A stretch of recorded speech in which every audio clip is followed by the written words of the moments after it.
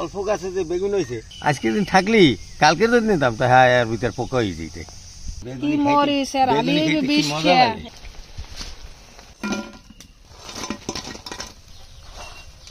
এই রকমের বেগুনি আর বরিশালের হাতে ভাজা মুড়ি এখানে এই বোম্বাই মরিচ একাত্রে করিলে সেই একটা স্বাদ হবে।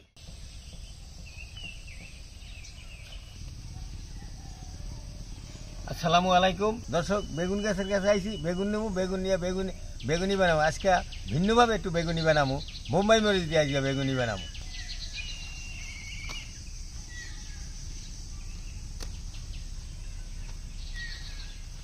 বড় আছে রে নাব্বা, পোক্তগুলাই হিজে না, পোক্তগুলো হিজে নিলে এই যে নিচে একটা আছে, নিচে নিচে এই যে বড়টা।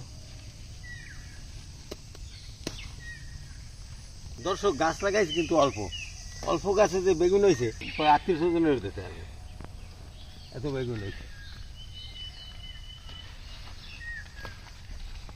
যে বেগুনি বানাবো এই কয়টা হইবে, আর তো গাছে আছে, পরে আবার ছিটিয়ে নেবো। ফুট গাছ লাগাইছি, একটা ফুট পাইকা ফাইটে গেছে, সেই ফুটটাও নিয়ে যাবো।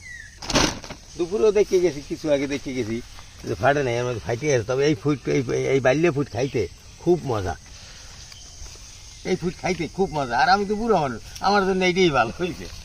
আজকের দিন থাকলি কালকে যদি নিতাম তা হ্যাঁ এর ভিতর পোকা হয়ে যেতে।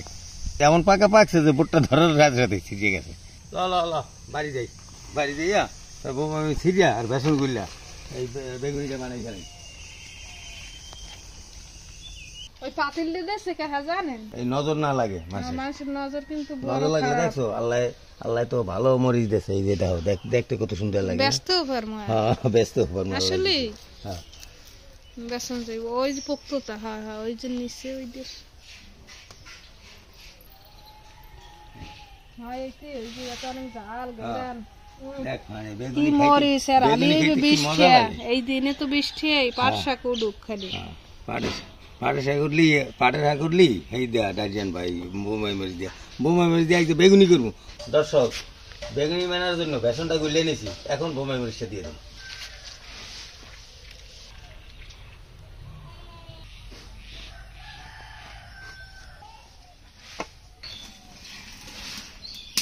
দর্শক, বেগুনটা পিস করা হয়ে গেছে, তেলটা গরম হইলেই আমি বেগুনি ভাজা শুরু করব।